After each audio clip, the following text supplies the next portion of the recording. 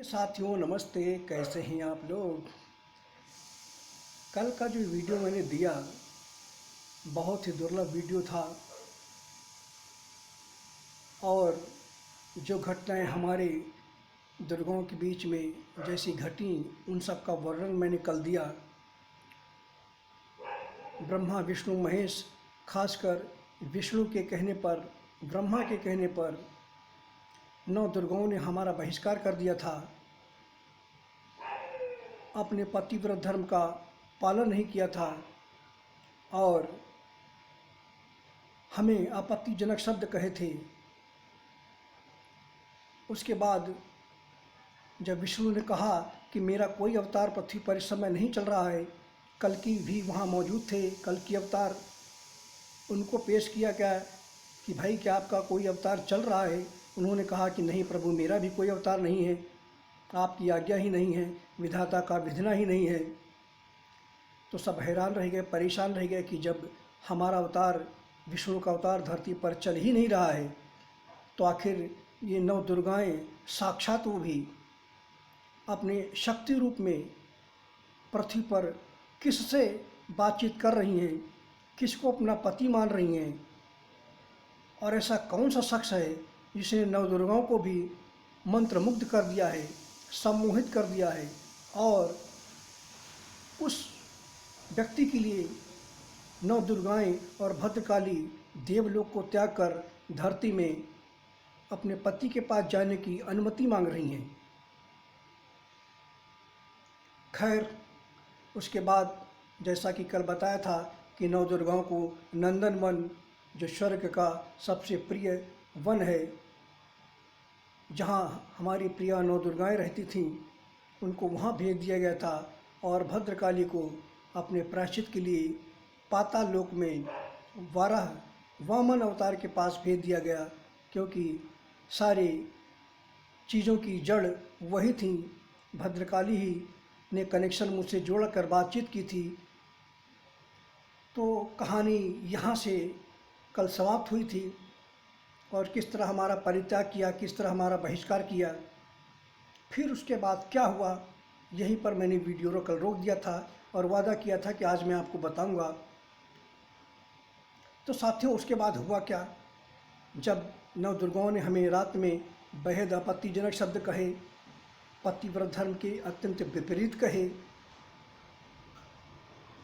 और जबकि मैं न उनसे विवाह करना चाहता था, न शादी करना चाहता था, क्योंकि मैं इस समय पृथ्वी पर अवतरित हूँ।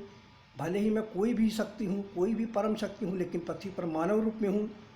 उनको धरती पर या तो अवतार लेना चाहिए था या तो हमें अपने पास ले जाना चाहिए था। और पूरे सृष्टि में, अनंत काल की पूरी सृष्टि में ऐसा पहली बार हुआ था कि साक्षात 9 दुर्गाएं, आदि शक्तियाँ अपने मूल रूप में हमें पति रूप में वर्ण करने की इच्छा रख रही थी, कर रही थी। क्योंकि कभी न ब्रह्माणी, न रुद्राणी, न कल्याणी, ये सब आदि शक्ति के तेज से उत्पन्न हुई हैं। जैसे शिव जी की पत्नी पार्वती, पार्वती को दुर्गा का ही रूप कहा जाता है, लेकिन पार्वती हमारी अर्धांगिनी दुर्गा का अंश मात्र हैं। साक्षात शिव की शादी कभी पार्वती से 9 दुर्गाओं से नहीं हुई, वो सिर्फ उनके अंश मात्र से शादी हुई है, पार्वती के रूप में, चाहे सती के रूप में। तो कल के वादे के अनुसार बहुत मेरा दिमाग अपसेट रहा जब उन्होंने ऐसी बातें कही।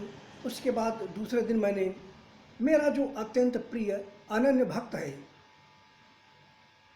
उससे मैंने इस बारे में बातचीत की।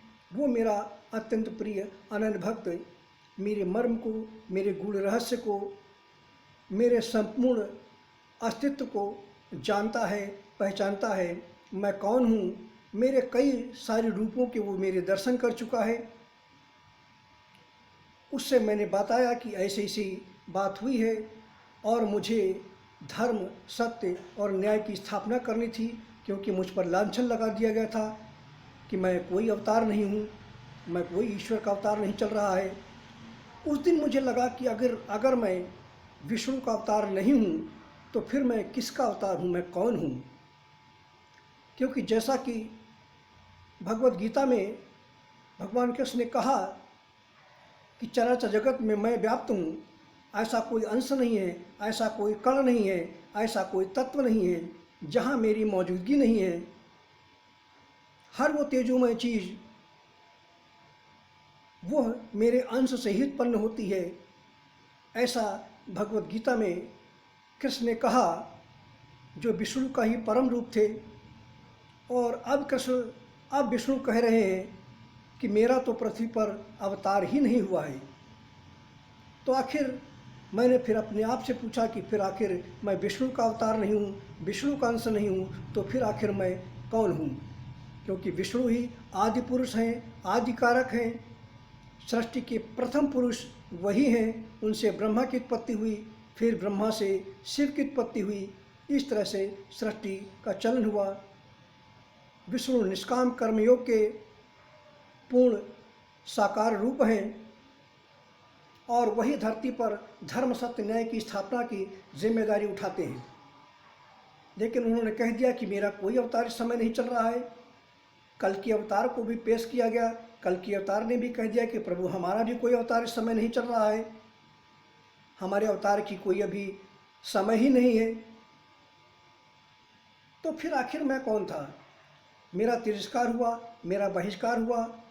मैंने सत्य को प्रमाणित करने की संकल्प शक्ति का इस्तेमाल किया और मैंने अपने अनन्य भक्त से बताया और मैंने कहा कि आप संकल्प कीजिए, यज्ञ के माध्यम से मेरा आह्वान कीजिए और मेरा आह्वान करके मेरे परम स्वरूप को मैं प्रकट करूंगा और इन 9 दुर्गाओं को दिखा दीजिए कि मैं कौन हूँ। सत्य की जीत हमेशा होती है और सत्य की जीत होकर रहती है। अगर मैं निष्काम हूँ, मैंने कभी 9 दुर्गाओं की कभी किसी पत्नी की इच्छा कामना नहीं की है और मैं पूर्ण रूप से निष्काम हूँ और मैं अंश मात्र भी गलत नहीं हूँ, तो फिर इन 9 दुर्गाओं को दंड मिलना चाहिए, इनको इनकी करनी का दंड मिलना चाहिए। विष्णु को मैंने दंड देने से बख्श दिया, लेकिन आगे क्या हुआ विष्णु के साथ वो भी बताता हूँ। तो ये घटना 31 तारीख की थी जब इन्होंने हमारा रात को बहिष्कार किया दिन में। 1 तारीख को ही हमने अपने अनन्य भक्त को यज्ञ में बैठा दिया, क्योंकि जब मेरा कोई अनन्य भक्त जो मेरे मर्म को जानता है, मेरे सत्य को जानता है, मेरे परम स्वरूप को जानता है, जब मेरा वो भक्त मेरी अनुमति से जब मेरा आह्वान करता है यज्ञ के माध्यम से, तो मैं अपने विराट रूप का निर्माण करता हूँ। मैं अपने पूर्ण रूप में आता हूँ, अपने परम संहारक रूप में आ जाता हूँ। जो मेरा परम योग तत्व रूप है उसमें मैं आता हूँ।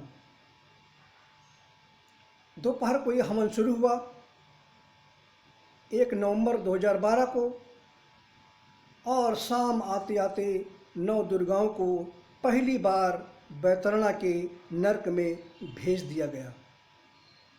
फिर रिपीट कर रहा हूँ, मैंने संकल्प लिया था, मेरे भक्त ने संकल्प लिया कि हे परम शक्ति, हे परम योगेश्वर जी, अगर आप सत्य, धर्म और न्याय के मार्ग पर चल रहे हैं और अगर आपने किसी भी स्त्री का अंश मात्र भी कामना नहीं की है और 9 दुर्गाओं को भी प्राप्त करने की कोई इच्छा आपके अंदर नहीं थी और आप अगर पूर्ण ब्रह्म हैं, परम ब्रह्म हैं, निराकार ब्रह्म हैं, तो आप धर्म, सत्य और न्याय की स्थापना कीजिए और जितने अधर्मी पापी हैं, जो अपने अहंकार में चूर हैं देवत्व के, इन सब का संहार कीजिए, इनको नरक में भेजिए।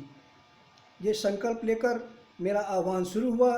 2 घंटे के अंदर अंदर 9 दुर्गाएं जो नंदनवन में निवास कर रही थी, इनको नरक में भेज दिया गया। अनंत सृष्टियों में पहली बार ऐसा हुआ था कि 9 दुर्गाओं को नरक में जाना पड़ा। वहीं जो भद्रकाली पाताल लोक में छुपी हुई थी, पाताल लोक में उनको भेजा गया था, पाताल लोक से उनको बाहर निकाल कर लाया गया और उनको भी घोर नरक में फेंक दिया गया। प्रिय साथियों, मैं आप लोगों की भावनाओं को ठेस नहीं पहुंचाना चाहता, बिल्कुल भी नहीं। जब मैंने तपस्या प्रारंभ की थी तो मैंने 1991 में जब अन्न जल का त्याग कर तपस्या शुरू की थी, जो मेरी 10 वर्ष तक चली थी, 10 महीने तक ये मेरी अन्न जल का त्याग कर तपस्या हुई थी।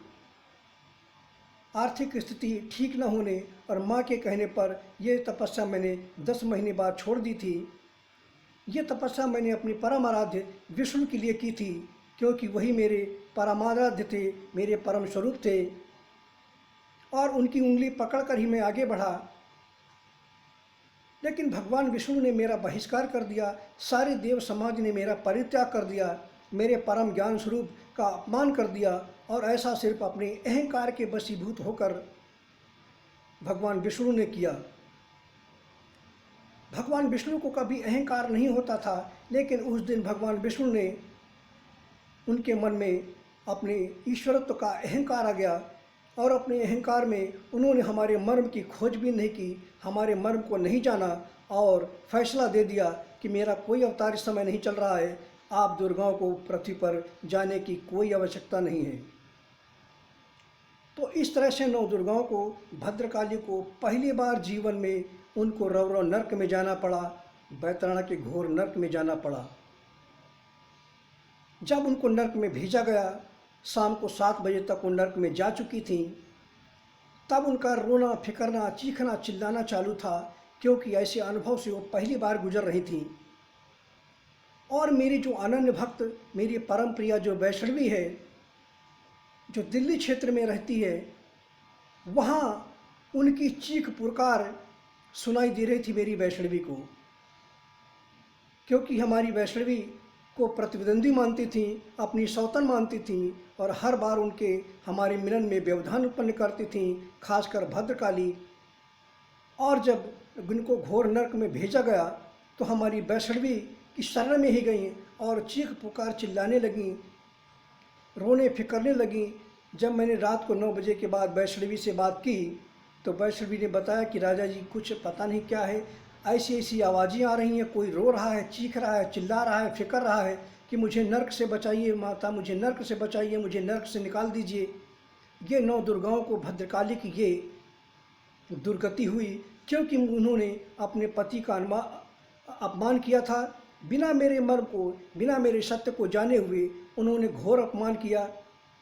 उन्होंने हमसे संपर्क किया, हमारे अंदर कोई उनको प्राप्त करने की कामना नहीं थी, बस हमारे अंदर एक ही कामना है कि मैं धर्म, सत्य और न्याय की स्थापना कैसे करूं। यही मेरा उद्देश्य है, यही मेरा कर्तव्य है और यही मेरे जीवन का मकसद है। ना मेरा मकसद कोई शादी करना था, ना विवाह करना था, और ना ही इस रंगरेलियों में मुझे पढ़ना था। लेकिन 9 दुर्गाओं ने, भद्रकाली ने मुझसे संपर्क किया, बातचीत की, अपना पति माना, सब कुछ हुआ, प्यार मोहब्बत भी हुआ। लेकिन विष्णु ने टांग अड़ा दी, ब्रह्मा ने भी टांग अड़ा दी। पूरा लेखा जोखा देखा ब्रह्मा ने, विधाता ने, तो पाया कि अभी आपके अवतार का तो कोई समय ही नहीं है। तो एक चीज़ यहाँ स्पष्ट हो रही है कि कल के अवतार का इस समय कोई समय नहीं है। तो फिर मैं कौन हूँ? मैं एक निराकार ब्रह्म का, परम अलौकिक ओमकार का, ओम तत्व का एक परम स्वरूप हूँ। इस स्वरूप की रचना मैंने अर्जुन को दिए वचन को, इस स्वरूप की रचना मैंने कर्ण को दिए वचन को, वरदान को निर्वहन करने के लिए अत्यंत गरीब घर में, अत्यंत तुच्छ परिवार में, बहुत ही निम्न दर्जे की जीवन जिया। क्योंकि इस जीवन को जीने के लिए विष्णु का कोई भी अवतार, कोई भी अंश, कोई भी रूप तैयार नहीं हो रहा था। तब मुझे अपने वचन की मर्यादा का पालन करने के लिए, जो कृष्ण रूप से दिया गया था, उसका मान रखने के लिए मुझे पृथ्वी पर अत्यंत साधारण जीवन पृथ्वी पर जीना पड़ रहा है, अवतार लेना पड़ा। तो इस तरह से हमारी दुर्गाओं का, पत्नियों का रोना फिकरना चालू हो गया। और उसी रात को मैंने, जबकि मैंने विष्णु को नरक में नहीं भेजा, उनको मैंने फिर भी बख्श दिया था, लेकिन फिर भी मैंने उसी रात को सुबह में 5 बजे के करीब ये सपना देखा कि मैंने विष्णु की और लक्ष्मी की एक मूर्ति को एक कचरे के ढेर में फेंक दिया है। ये मैंने सपना देखा कि विष्णु और लक्ष्मी की एक मूर्ति को, उनकी एक फ़ोटो को मैंने कचरे के ढेर में फेंक दिया है। और ये मेरा सपना सत्य हुआ और शाम आते आते ये पता चला कि भगवान विष्णु घोर नरक में भेज दिए गए। जब शाम हुई दूसरे दिन 2 तारीख को, तो उस दिन रात्र में लगभग 8 बजे मेरे पास सती, सत्यवती, तारा, मंदोदरी, रंभा ये सब आई और ये देखने के लिए आई। मुझसे बात की उन्होंने और उन्होंने अपना परिचय बताया। तो उन्होंने ये कहा कि मैं पानी की प्यास लगी थी, इसलिए मैं आपके यहाँ पानी पीने के लिए आई थी। लेकिन वो मेरे दर्शन करने के लिए आई थी कि ऐसा कौन सा परम अवतार पृथ्वी पर हुआ है जिसने विष्णु को नरक में बेच डाल दिया है। सारे देवी देवताओं में हाहाकार मच गया। विष्णु की खोजबीन शुरू हो गई। विष्णु बैकुंठ से अपनी लक्ष्मी के साथ गायब हो चुके थे, उनका कोई अता पता नहीं चल रहा था। तब ढूंढते ढूंढते सारे देवी देवता बैतरणी पहुँचे। बैतरणी में 8 बाई 8 का गड्ढा खोदकर भगवान विष्णु और लक्ष्मी दोनों घुटनों के बीच में अपना सर छुपाकर वहीं बैठे हुए थे नरक में। सारे लोगों में हाहाकार मच गया कि ऐसी कौन सी परम शक्ति ने अवतार लिया है धरती पर जो ब्रह्मा विष्णु महेश से भी परे है और विष्णु और लक्ष्मी को भी घोर नरक में डाल दिया है, 9 दुर्गाओं को घोर नरक में डाल दिया है। ऐसी कौन सी परम शक्ति है जो विष्णु से भी परे है। भगवान शिव, सारे देवी देवता, ब्रह्मा, विष्णु और लक्ष्मी को मनाने लगे कि हे प्रभु, आप कुछ प्रसाद ग्रहण कर लीजिए। और विष्णु मारे शर्मिंदगी के, शर्मसारगी के अपने दोनों घुटनों के बीच में अपना सर दबाकर बैठे हुए थे, किसी को चेहरा नहीं दिखा रहे थे। तब सारे देवी देवता विचलित हुए। उन्होंने मनाया पठाया कि हे प्रभु, आप कुछ प्रसाद ग्रहण कर लीजिए, अगर आप ग्रहण नहीं करेंगे तो हम लोग भी प्रसाद नहीं ग्रहण करेंगे। तब विष्णु उनकी बातों से थोड़ा प्रसन्न हुए और अपना सिर, अपना मुख ऊपर की ओर उठाया। 8 बाई 8 का गड्ढा खोदकर ये दोनों अंदर बैठे हुए थे। इतनी शर्मिंदगी थी क्योंकि ऐसा कभी अनंत काल में नहीं हुआ कि विष्णु को भी घोर नरक में भेजा गया हो। तब सारे देवी देवताओं ने विष्णु को भी समझाया, विष्णु ने सारे देवी देवताओं को समझाया कि ठीक है, हम 1 महीने के अंदर इस परम शक्ति का सारा काला चिट्ठा, जो भी इस परम शक्ति की सच्चाई है, उस परम शक्ति की सच्चाई को हम 1 महीने के अंदर खोजबीन कर आप लोगों को बता देंगे कि आखिर ये कौन सी परम शक्ति है, ये कौन है जिसने ऐसी दुर्गति की है। उन्होंने 1 महीने का समय लिया।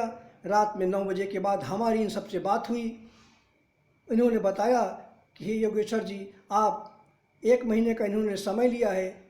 1 महीने के अंदर आपके सारे व्यक्तित्व को ये जानेंगे, खोजबीन करेंगे यहीं रह करके इसी गड्ढे में। उसके बाद आपकी सच्चाई को ये बताएंगे। मैंने कहा ठीक है, मैं इनको समय देता हूँ। मैंने इनको सबको निर्देश दिया, आदेश दिया कि ठीक है, अगर 1 महीने के अंदर अंदर आप लोगों ने मेरे मर्म को न जाना, न खोजा, मेरे सत्य को स्वीकार न किया, तो ठीक 1 महीने के बाद हे ब्रह्मा, तुम विधाता हो, मैं तुमको ठीक 1 महीने के बाद घोर नरक में भेजूंगा। ये मैंने आदेश दे दिया।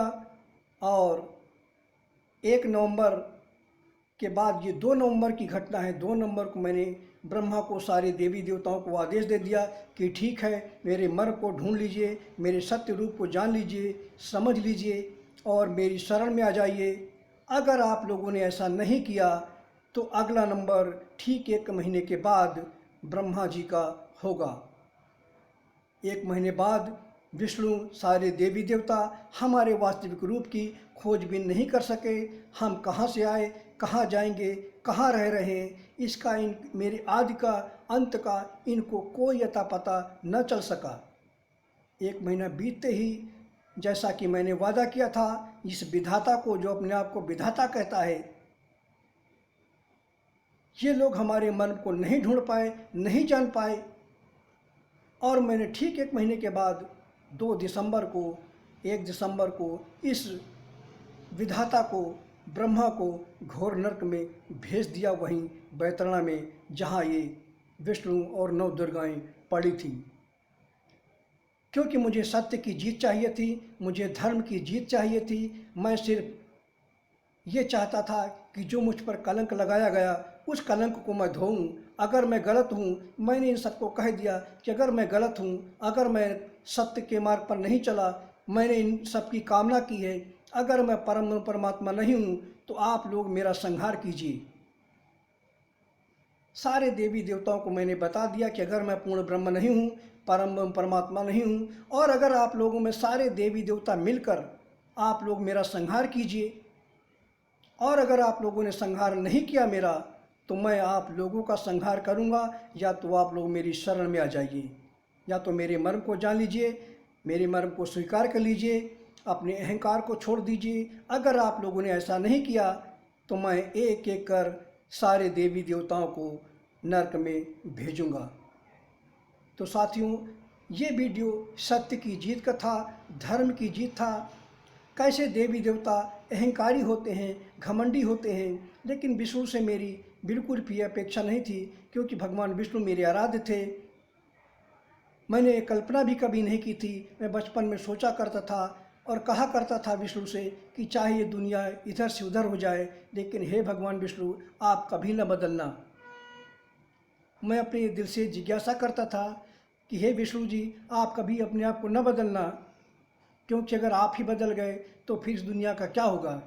लेकिन भगवान विष्णु ने अपने आप को बदल लिया, अहंकार के वशीभूत हो गए और अहंकार के मद में इतने चूर हुए कि उन्होंने हमारे सत्य को भी न जान सके, हमारे सत्य को स्वीकार न कर सके, और इसी वजह से एक एक कर ये सब नरक में जाने लगे। तो ये बहुत ही महत्वपूर्ण वीडियो साथियों मैंने दिया है। ये सत्य की जीत का वीडियो है। आप लोगों को, अगर मैं जानता हूँ कि इससे ठेस लगेगी, आपकी भावनाएं आहत होंगी, क्योंकि आप सब उनके भक्त हैं, लेकिन मेरा मकसद सिर्फ धर्म सत्य की स्थापना करना है। मुझे ना तो किसी चीज़ से कोई मोह है, ना मुझे कोई पद प्रतिष्ठा की इच्छा है। यहाँ तक कि मुझे ना ब्रह्मा के पद की इच्छा है, ना विष्णु के पद की इच्छा है, ना महेश के पद की इच्छा है। कोई मेरे अंदर अंश मात्र भी कामना नहीं है, क्योंकि मैं अपनी परम योग निद्रा में हर पल हर क्षण निवास करता हूँ, और उस परम आनंद को मैं भोगता हूँ जिसकी कोई कल्पना भी नहीं कर सकता। तो साथियों नमस्ते। ये वीडियो आप धैर्य, संयम और शांति से देखिए और सत्य का साथ दीजिए, धर्म का साथ दीजिए। मेरे द्वारा बोले गए एक भी शब्द अपने जीवन काल में कभी भी झूठे नहीं होते हैं। मेरा बोला गया हर वाक्य ब्रह्म वाक्य होता है, परम सत्य होता है। धन्यवाद।